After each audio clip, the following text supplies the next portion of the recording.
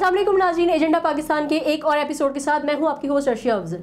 नाज़रीन, भारत का एक और मकरू चेहरा, लेकिन इस बार ये देखा गया कि भारत का ये मकरू चेहरा पूरी दुनिया के सामने आ गया और जिस तरीके से भारत के अपने ही अंदर एक इंतशार बर्पा हो गया है वो काबिले दीद है। और जिस तरीके से हम देख रहे हैं कि मोदी हुकूमत ने स्पेशली जिस तरीके से अपने ही किसानों का जीना दोभर कर दिया। लेकिन एक चीज़ और देखी जा रही है कि इंडियन मीडिया मुस्तकिल मोदी हुकूमत को बचाने के लिए मौजूद है।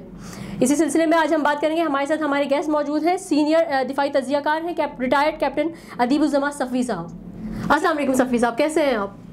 जी वालेकुम सलाम, बहुत शुक्रिया, थैंक यू वेरी मच, अल्लाह का शुक्र है। सफ़ी साहब, जैसे कि आप जानते हैं कि 26 जनवरी बेसिकली डेमोक्रेसी डे था भारत का, लेकिन झंडा लहराया गया लाल किला पे खालिस्तान का। तो किस तरीके से आप देखते हैं कि ये जो किसानों की एक जद्दोजहद चलती चली आ रही है और जिस तरीके से ये जद्दोजहद दिल्ली तक पहुंची और झंडा लहरा दिया गया, क्या देखते हैं आप? मोदी हुकूमत को किस तरीके से देखते हैं इस सारी सिचुएशन में? ये जो सवाल बहुत ही हस्बे हाल है और जो हालात जिस तरीके से हिंदुस्तान में रूनुमा हो रहे हैं, मैं समझता हूँ मोदी सरकार के आने के बाद उन्होंने जितने भी इकदाम किए हैं अभी दोबारा इलेक्ट होने के बाद, जिसमें सिटीजनशिप एक्ट भी शामिल है, जिसमें उन्होंने एनेक्सेशन की कश्मीर की, जिसमें उन्होंने हिंदू और आरएसएस की जो बेसिक फलसफा है उसको प्रमोट किया और एक ऐसा तासुर क्रिएट कर दिया कि जो कि हिंदुस्तान की जो इमेज था एज ए सेक्युलर स्टेट वो ख़त्म होकर रह गया है। और किसान के हवाले से जो इतने दिनों से ये मूवमेंट चल रही है और जिस तरीके से दिल्ली में उन्होंने पड़ाव डाला हुआ है और इवेंचुअली ये लोग इसमें कामयाब हो गए कि सिंबॉलिक ही सही, झंडा चढ़ाना कोई ऐसी बात नहीं है, एक सिंबल है, बट सिंबॉलिक भी अचीवमेंट है कि उन्होंने अपनी बात जो है वो रजिस्टर करवा ली, अपनी बात बनवा ली कि हाँ जी उनके जो इंटेंशंस है या उनके जो डिमांड्स हैं उनकी जस्टिफिकेशन बनती है। अच्छा सफ़ी साहब, देखने में ये आ रहा है कि पूरा भारत मोदी के अगेंस्ट है। दिल्ली तक पहुंच गए मजदूर, किसान तबका पहुंच गया, उनका सिख अगेंस्ट हुए हैं, लेकिन मीडिया क्यों जो है वो मोदी हुकूमत को बचाने के लिए मौजूद है? देखिए, उनकी जो पॉलिसी है या उनका जो हुकूमत का जो इस वक्त नाज गवर्नेंस है उसमें एक बड़ी नुमाया चीज सामने आ रही है कि जहां वो हिंदुस्तान को from a secular state to a Hindu और आरएसएस की जो मंतकी जो उनका जो फलसफा है उस तरफ लेके जा रहे हैं, जिसकी वजह से जो जेन्युइन हिंदू भी हैं और सारे कुछ और नेशनलिस्ट हैं, मुल्क के लिए खैरखवाह हैं, लेकिन उनके दिल में भी इस चीज की कसक है इसकी है कि ये हिंदुस्तान के हक में बेहतर नहीं है।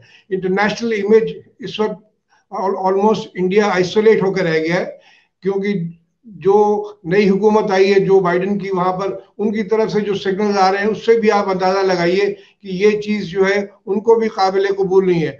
जो बाइडेन ने जो अपनी टीम सेलेक्ट की है उसमें जिन लोगों का ताल्लुक आरएसएस या हिंदुआस्त इसके साथ स्टैब्लिश हुआ है उनको उन्होंने फारे कर दिया। सो एक बहुत ही डिफिकल्ट पोजीशन पे ले आया है मोदी अपने मुल्क को कि यहाँ से इनके पास आगे इस रास्ते पे चलने का कोई जवाब बनता नहीं है।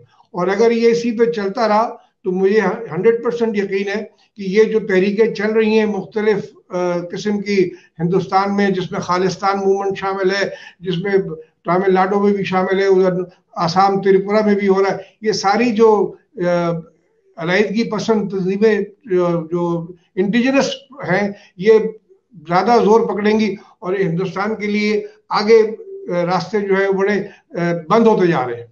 लेकिन सफ़ी साहब, देखा तो ये जा रहा है कि हिंदुस्तान अपने मसाइल पे तो तवज्जो दे ही नहीं रहा है, उसका तो ब्लेम गेम सिर्फ पाकिस्तान की तरफ ही जा रहा है। देखिए, ये अभी जब से हमारी ये वाली हुकूमत आई है 2-2.5 साल में, खास तौर पर अभी रिसेंट पास में इंटरनेशनल एरेना में एक तब्दीली रुनुमा हो रही है, जो कि जहां हम लोग आइसोलेशन में थे, जहां हम लोगों के खिलाफ उन्होंने इतना बड़ा फ्रॉड किया था, जहां पर फिक्टिशियस वो श्रीवास्तव ग्रुप बना और क्या कुछ बना, जिन्होंने हमारे खिलाफ प्रोपेगेंडा किया, झूठा प्रोपेगेंडा किया, वो अब एक्सपोज होने के बाद इंटरनेशनल कम्युनिटी ने ये रियलाइज कर लिया है कि ये सारी शरारत हिंदुस्तान की थी, ये सारा फेक प्रोपेगेंडा था पाकिस्तान के खिलाफ। तो ये एक्सपोजर जो है ये उनके लिए बड़ा नुकसानदेह साबित हो रहा है, और अब आगे उनके लिए जरूरी है कि अपने आप को वो संभाले और इस तरह की अहमकाना और गलत सोच को बालाता रख के एक मुस्बत अंदाज से आगे बढ़ने की कोशिश करें। अदरवाइज इंडिया इस बिल्कुल जैसे कहा जाए कि वो एक दोबारा फ्रेगमेंटेशन की तरफ जा रहा है। अच्छा, अभी ये देखा गया कि इंडिया ने एक प्रोपेगेंडा किया EU क्रॉनिकल्स के नाम से, पूरी दुनिया में पाकिस्तान को डिफेम किया गया। इस वजह से पाकिस्तान ने इसके लिए क्या स्ट्रैटेजी ली, क्या लाइन ऑफ एक्शन लिया इसका जवाब देने के लिए? देखिए, ये जो इतना बड़ा नेटवर्क था जिसके आपने जिक्र किया, इसमें श्रीवास्तव ग्रुप भी है और बहुत सारे दुनिया भर में उनके पास सैकड़ों उन्होंने फिक्टिशियस NGOs क्रिएट किए, फिक्टिशियस जो आदमियों के नामों से उन्होंने आर्टिकल्स लिखवाए और एक बहुत बड़ा कैंपेन शुरू किया। आपका सवाल बहुत ही मुनासिब है कि हमने क्या किया इस दौरान। जो पिछले 10 साल गुजरे, जो पिछली 2 हुकूमतें कर गई, इस दौरान ये सारा काम हुआ। इस दौरान हमारे पास कोई फॉरेन मिनिस्टर ही नहीं था। हमारी जो फॉरेन डिप्लोमेट्स थे उनको इसका कोई इल्म था या नहीं था, इसका तयन होना चाहिए। हमारे जो अंडर कवर इंटेलिजेंस के लोग बाहर एम्बेसी में बैठे होते, उन्होंने क्या किया? ये एक जो एक्सपोजर हुआ, ये जो एकदम से ये चीज सामने आ गई, वो किसी और की मेहनत थी, किसी और ने एक्सपोज किया उनको, हमारी एजेंसीज ने कोई काम नहीं किया। अच्छा, अभी आप कह रहे थे कि हमारा जो मैंने सवाल आपसे किया कि हमारा लाइन ऑफ एक्शन क्या था, तो हम जो इतने बड़े बड़े दावे होते हैं कि ISI इंटरनेशनल इंटेलिजेंस एजेंसी है और बहुत ज़्यादा स्ट्रॉन्ग इसका एक पोर्टफोलियो है, तो कहाँ है वो दावे, क्यों नज़र नहीं आ रहे?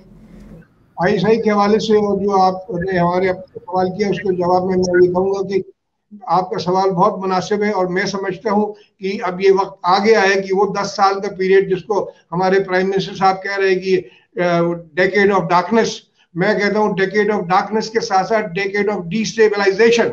इसमें हमारे जो कारकर्दगी थी इन फॉरेन ऑफिस की और जो इनकी ISI की और वहाँ की जो अंडर कवर थी, ये निहायत नाक़िस थी। इसको इन्वेस्टिगेट करना चाहिए कि जब इंडिया के इतना बड़े पैमाने पर आपके खिलाफ एक कैंपेन चला रहा था, हमारे इदारे क्या कर रहे थे? सर, इंडिया का हमेशा से एक ब्लेम गेम तो रहा है पाकिस्तान को लेकर ना। अब जिस तरीके से दिल्ली वाला वाकया हुआ, उसमें करतारपुर डिप्लोमेसी को भी यही कहा जा रहा है कि इसकी वजह से जो है वो ये सारा दिल्ली वाला वाकया हुआ, इंडिया को ये सारी प्रॉब्लम फेस करनी पड़ रही है। क्या वाकई इंडिया का ये एलिगेशन सही है पाकिस्तान के अगेंस्ट?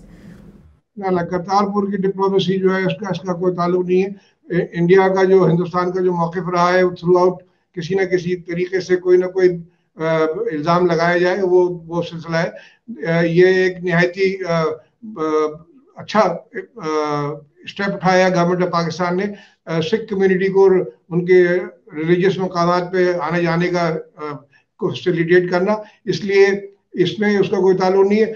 वो इस तरह के फॉल्स फ्लैग ऑपरेशंस या इस तरह की गलत बयानी जो हमेशा करते रहे, अभी भी कर रहे, इसमें कोई ऐसी डिप्लोमेसी का कोई ऐसी नेगेटिव डिप्लोमेसी नहीं है पाकिस्तान की तरफ से। उनके लिए एक रास्ता खोल देता बस। अच्छा, इंडिया का कहना तो ये भी है कि खालिस्तान तहरीक के पीछे भी जो है वो पाकिस्तान का हाथ है। क्या ये बात सही है कि वाकई पाकिस्तान का हाथ है? देखिए, इंडिया अगर ये कहता है उसका कोई सबूत दे, उसका कोई बात करे। ये जो इतने अरसे पहले शुरू हुई थी ये खालिस्तान मूवमेंट, जब इंदिरा गांधी ने वहाँ पर टेंपल में बैठ के सिखों को मारा था और उसके बाद एक जेन्युइन किस्म की हेट्रेड पैदा हो गई थी सिखों के दरमियान, जो उनके बायस से कत्ल भी बना। ये सारी कुछ चीज़ों को आप मद्देनजर रखते हुए देखें तो आपको पता चल जाएगा कि ये खालिस्तान मूवमेंट जो है ये इंडिजिनस मूवमेंट है। उनकी बहुत देरीना ये ख्वाहिश है और देरीना उनके जो गुजर गए बहुत सारे उनके लीडर्स जिनको मार दिया गया, उनकी ये मूवमेंट थी, तो इसलिए पुरानी चल रही है। इसमें हमारे जो इन्वॉल्वमेंट है ना ही कोई मॉरल सपोर्ट है, ना ही कुछ है। वो कोई इस किस्म की बात करते हैं, उसका कोई सबूत दिखाएं तो पता चलेगा। अच्छा सफ़ी साहब, सबूत तो जो मुंबई अटैक था उसका भी नहीं है पाकिस्तान के अगेंस्ट, लेकिन वो भी पाकिस्तान के अगेंस्ट ही एलिगेशन दिया जा रहा है, ऐसा क्यों? देखिए बम्बई का में तो आपके अपने यहाँ के लोग पहुंच गए थे, सबसे बड़े जो आपके एंकर हैं दुनिया पाकिस्तान के, जाके वो उन्होंने अजमल कसाब के घर पे झूठा पूरी कहानी सुना दी थी। उसमें तो आप जहाँ आपके अपने घर के बेदी लंका ढाई घर के लोग जो शामिल हो जाए उनसे मिल जाए तो उसको तो कुछ नहीं कर सकते। हालांकि बम्बई अटैक में भी पाकिस्तान का कोई अमल दखल नहीं था, एब्सोल्युटली वो भी एक फैब्रिकेटेड स्टोरी थी, फॉल्स फ्लैग ऑपरेशन था, जो अब बिल्कुल सब दुनिया के सामने आ चुका है। लेकिन हमारे यहाँ के कुछ बैठे हुए ये जो जिसका मैंने पहले भी जिक्र किया कि मीडिया हाउसेस, पॉलिटिशियंस और चंद एक सो कॉल्ड एनालिस्ट जो बैठे हुए हैं, ये उनके नमकखार हैं, ये उनके पेरोल पर है, ये उनकी कहानियां ये गढ़ते हैं बैठ के और अपने आपको नुकसान, हमारे पाकिस्तान को नुकसान पहुंचाते हैं। तो इसलिए जहां तक के इंडिया का सवाल है वो तो उनके ऊपर तो जायज बनता है कि वो जो तो चाहे कहें, लेकिन आपके अपने लोग मिलके उसको सहायता देते हैं, उसको सपोर्ट करते हैं, that is why they were successful. अब ये चीज बहुत हद तक कंट्रोल हो गई है, लेकिन फिर भी अभी भी बैठे हुए हैं हमारे पार्लियामेंट में बैठे हुए हैं, हमारे प्रोविंशियल असेंबलीज में बैठे हुए, मीडिया हाउसेज में बैठे हुए, जो उनके नैरेटिव कर रहे हैं। आप अभी सबके सामने सबूत है कि नवाज शरीफ वहां बैठ के भी आपके खिलाफ, मुल्क के खिलाफ बात कर रहा है, जिसको बेल पर कुछ कायदे कानून के मुताबिक छोड़ा जाता है। बेल पर आप फ्री नहीं होती कि जो तो चाहे कहती फिरे। सुप्रीम कोर्ट या जुडिशरी का नोटिस भी नहीं ले रही है, वो जो तो चाहे कहती फिर रही है अगेंस्ट द स्टेट, और वो उनको कोई हाथ नहीं डालने वाला है। सफी साहब, आपकी बात से बिल्कुल अग्री करूंगी। जिस तरीके से आप कह रहे हैं कि हम हाथ पे हाथ डाल के बैठे हैं, प्लस अगर हम जो है वो सरहद की भी बात करें, सरहदों की भी बात करें, तो हमें ये सुनने में आता है कि हम डिफेंसिव अप्रोच पे जाते हैं, हमेशा ऑफेंसिव अप्रोच पे नहीं जाते। तो इसका क्या मतलब है? हम हमेशा ही डिफेंसिव अप्रोच पे आगे भी रहेंगे? हम वेट करेंगे कि जब तक इंडिया कोई ब्लेम हमारे ऊपर डाले या जब तक हमारे ऊपर अटैक करे उस वक्त तक हम कुछ नहीं करेंगे? मतलब इंडिया को ये मैसेज भी तो मिलना चाहिए ना कि मतलब जब वो हमारे ऊपर अटैक करेगा उसको शटअप कॉल मिलनी चाहिए। और मेरे ख्याल से हम उसका इंडिया के एक्शन का वेट ना करें उस शटअप कॉल को देने के लिए। देखिए बिल्कुल सही बात कर रही हैं, और इसको मैं बड़ा वाज़ेह अंदाज से बयान करना चाहूँगा। नंबर एक, अभी तक जितनी भी वायलेशंस, सीज फायर वायलेशन होती है या अदरवाइज कोई एग्रेसिव फॉल्स फ्लैग ऑपरेशन होती है, हम लोग जो है वो रिएक्टिव स्ट्रेटेजी पे काम करते हैं। जब उन्होंने किया तो हमने जवाबी कार्रवाई कर दी, उनके इतने मार दिए जवाबी, but we have never been on, ऐसी स्ट्रैटेजी नहीं है जहां पर उनको इस हरकत करने से बाज रखा जाए। मतलब आपके पास डिटेरेंस होना चाहिए, आप से वो खाइफ हो कि इसकी वजह से उनको इस तरह की जुर्रत ना हो, इसको कहते हैं डिटेरेंस। तो हमने वो डिटेरेंस क्रिएट की थी जब न्यूक्लियर पावर बन गए थे, और इसको कहा जाता था कि कश्मीर जो है वो न्यूक्लियर फ्लैश पॉइंट है, और आपने अगर कुछ भी किया तो उसके असरात बहुत ही खराब निकल सकते हैं।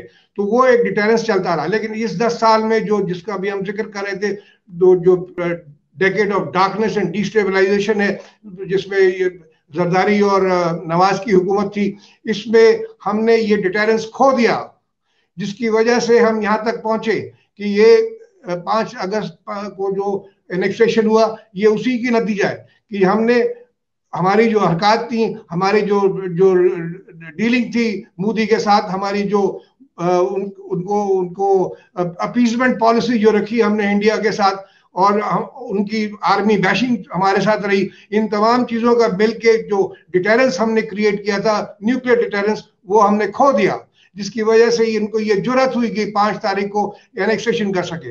अभी भी हमें चाहिए, जो प्रेजेंट गवर्नमेंट आई है, उनको उस न्यूक्लियर डिटेरेंस को दोबारा रीएक्टिवेट करें from the policies that they make.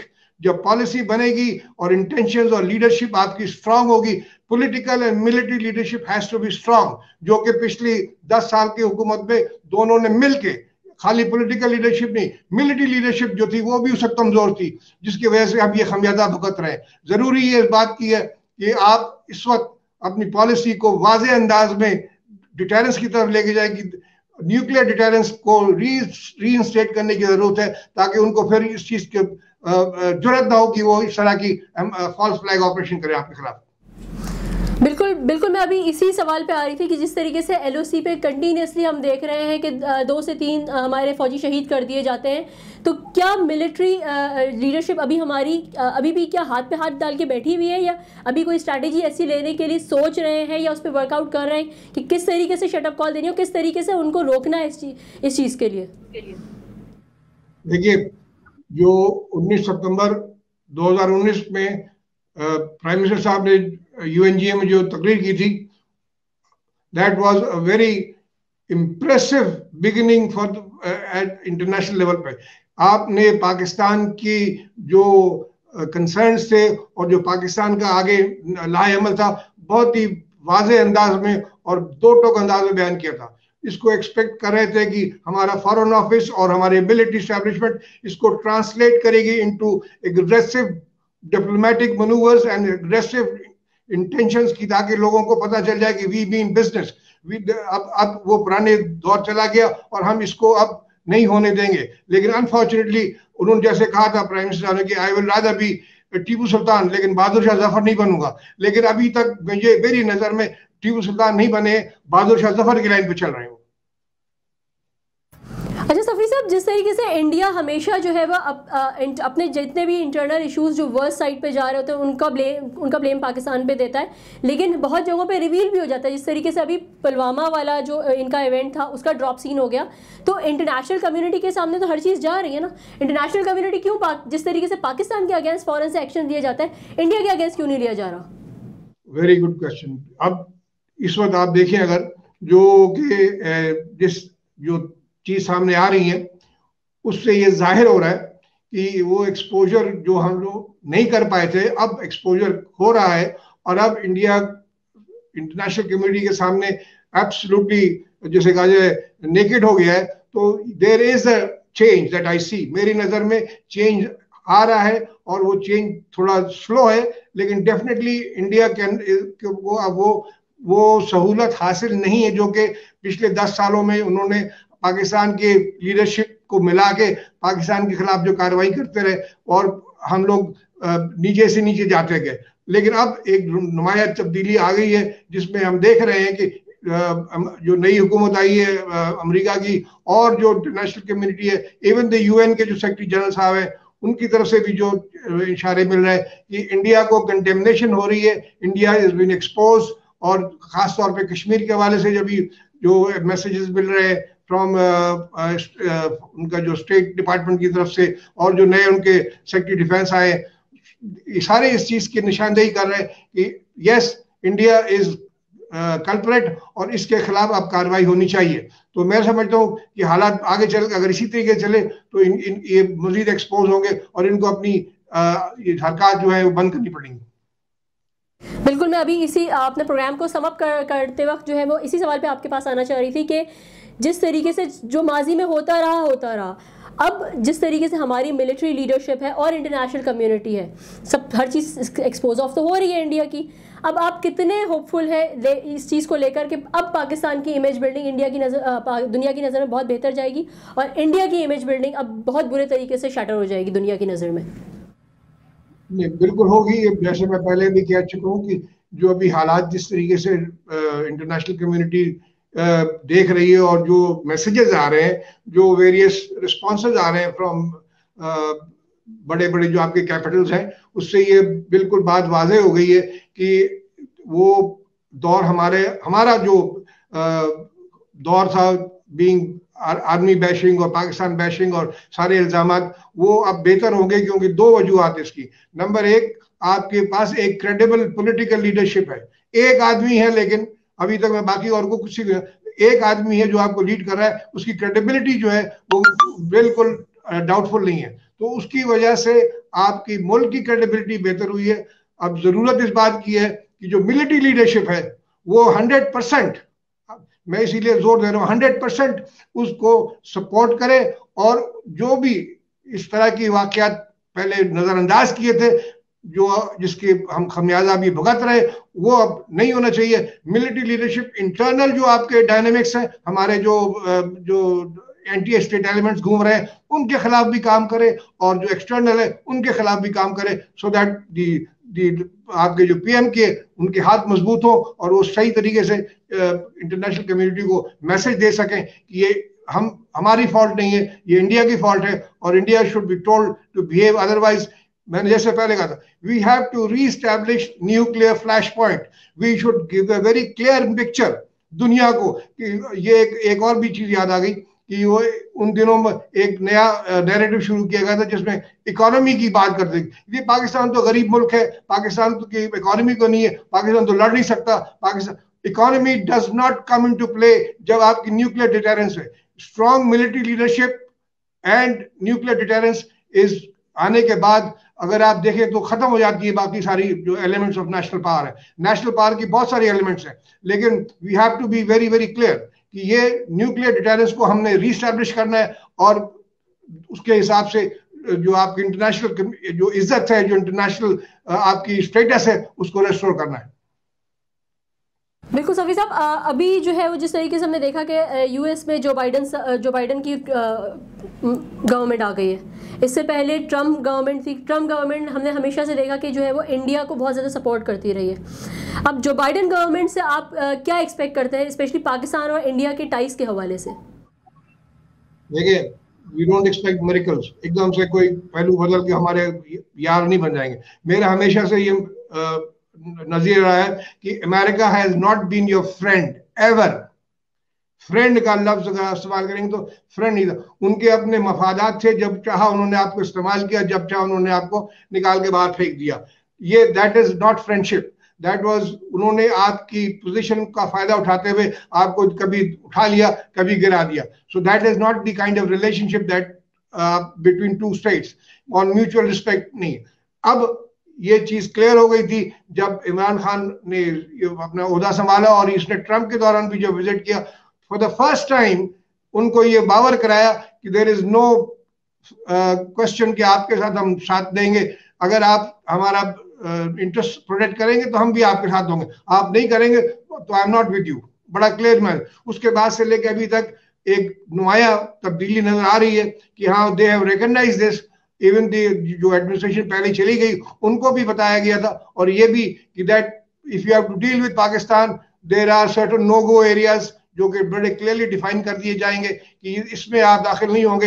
We will on mutual respect, on mutual protection of interest, we will work together for peace, we will not be partner in war. हम आपके साथ war में हिस्सा नहीं लेंगे, लेकिन आपके पीस प्रोसेस को हम मदद देंगे जिसके तहत आपको अफगानिस्तान से हम बाइज्जत निकलवा रहे हैं। अगर आपने उसमें फिर कोई अपनी इंट्रीग्स की तो you will then face the music जो अभी होने वाली है। जैसे वो कह रहे हैं कि जी अमेरिका जो है वो अपने नजरसानी करेगा दोहा के अकॉर्ड को, अब वो करेंगे तो उसका खमियाजा भुगतेंगे वो। लेकिन पाकिस्तान की जो पोजीशन है अमेरिका में बड़ी क्लियर है कि we will be your partner in peace, और आपके साथ हम काम करने को तैयार हैं ऑन म्यूचुअल रिस्पेक्ट। बहुत शुक्रिया सफ़ी साहब, आपने प्रोग्राम के लिए वक्त निकाला। जी तो नाज़रीन, बातें आपने सुनी सफ़ी साहब की, और बिल्कुल अब हमारी मिलिट्री लीडरशिप को बहुत ज़्यादा स्ट्रॉन्ग स्टांस ले लेना चाहिए इंडिया के अगेंस्ट। हम कब तक डिफेंसिव स्ट्रैटेजी पे चलते रहेंगे? Now we need to take a very strong stance against India कि अब हमारी सरहदों पे किसी भी तरीके से, चाहे मीडिया वॉर हो, चाहे जो है वो सरहदों की वॉर हो, अब हम कुछ इस तरह का बर्दाश्त नहीं करेंगे जिससे पाकिस्तान का स्टेक लॉस में जाए। इसी पैगाम के साथ अपनी होस्ट अर्शिया को इजाज़त दीजिएगा। पाकिस्तान पाइंदाबाद।